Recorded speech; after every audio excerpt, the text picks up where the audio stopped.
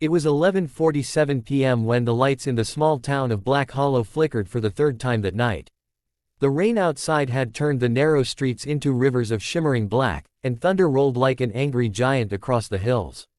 Inside a crumbling two-story house at the edge of town, a young woman named Lily Crane sat curled on her couch, staring at the TV. Static hissed from the screen, white noise that seemed to breathe with the storm.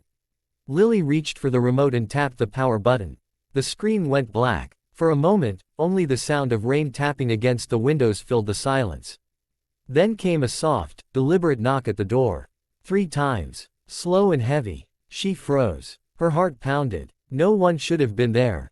Her nearest neighbor lived half a mile away, and the last bus to town had stopped running hours ago. The knock came again, louder this time. She stood up, gripping the edge of the sofa for balance, her breath shallow. The house felt colder suddenly, as if the temperature had dropped 10 degrees in seconds. "Who's there?" she called, her voice trembling. No answer. She stepped closer to the door. On the other side, only the faint sound of dripping water. Slowly, she turned the lock. When she opened the door, the porch was empty. Just rain and the smell of wet earth. But there, right on the doormat, was a small black card, soaked through. She picked it up carefully, brushing away the water. White letters glowed faintly against the darkness. "Turn off the lights, if you're brave enough." A nervous laugh escaped her lips. It had to be some kind of prank. Maybe her friends from work. But how could they have left it there without a car? Without footprints? She tossed the card onto the coffee table and shut the door. As she turned back, a flicker of movement caught her eye. The reflection in the window, something standing behind her. She spun around. Nothing. Just the empty hallway stretching into the dark. She shook her head and reached for her phone to text her friend Mason. The screen lit up, but the signal was gone. No service. Then the lights dimmed again. Flicker. Flicker. Out. Total blackness. Her breath caught in her throat. She could hear the storm outside, but inside, the sound of footsteps. Slow, dragging steps moving across the floorboards upstairs. She backed toward the kitchen, searching for her flashlight. Her fingers trembled as she found it in a drawer and clicked it on. The narrow beam sliced through the darkness, revealing old wallpaper and shadows that seemed to twist as she moved. "Hello," she whispered. "Is someone there?" The footsteps stopped. Then, from upstairs, came a voice. A man's voice, calm, almost playful.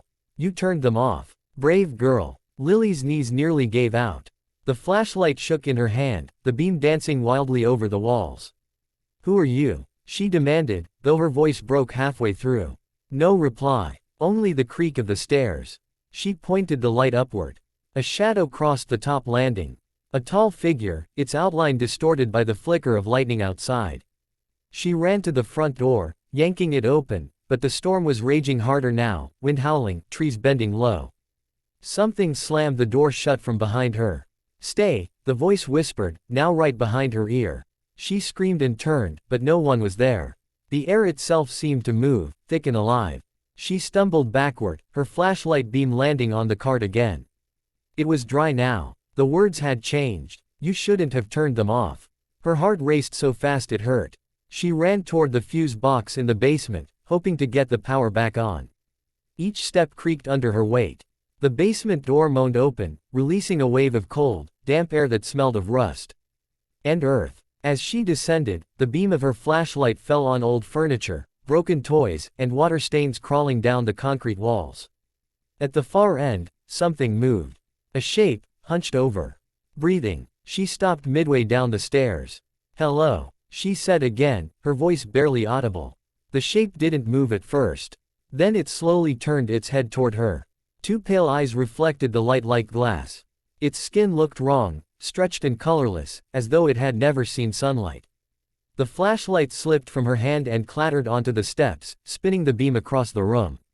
In that brief chaotic light, she saw them, dozens of black cards scattered across the basement floor. Each one bore the same words, scratched deep into the surface.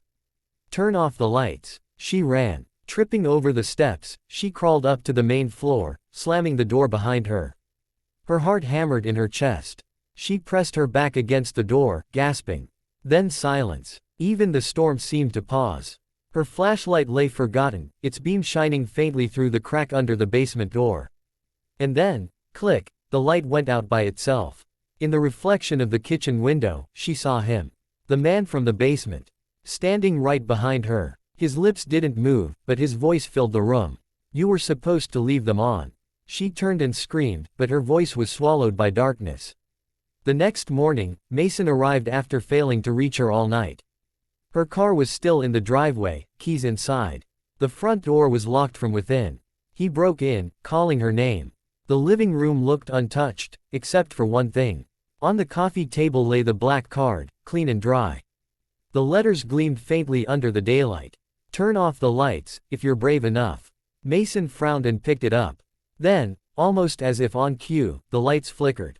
He looked around uneasily, the card trembling in his hand. "Lily." He called again. Upstairs, the floor creaked. He climbed the staircase slowly, every instinct telling him to leave. The hallway smelled of damp wood and something faintly metallic, blood, maybe. When he reached Lily's room, the door was open. Inside, everything was in perfect order. The bed neatly made, curtains swaying gently though the window was closed.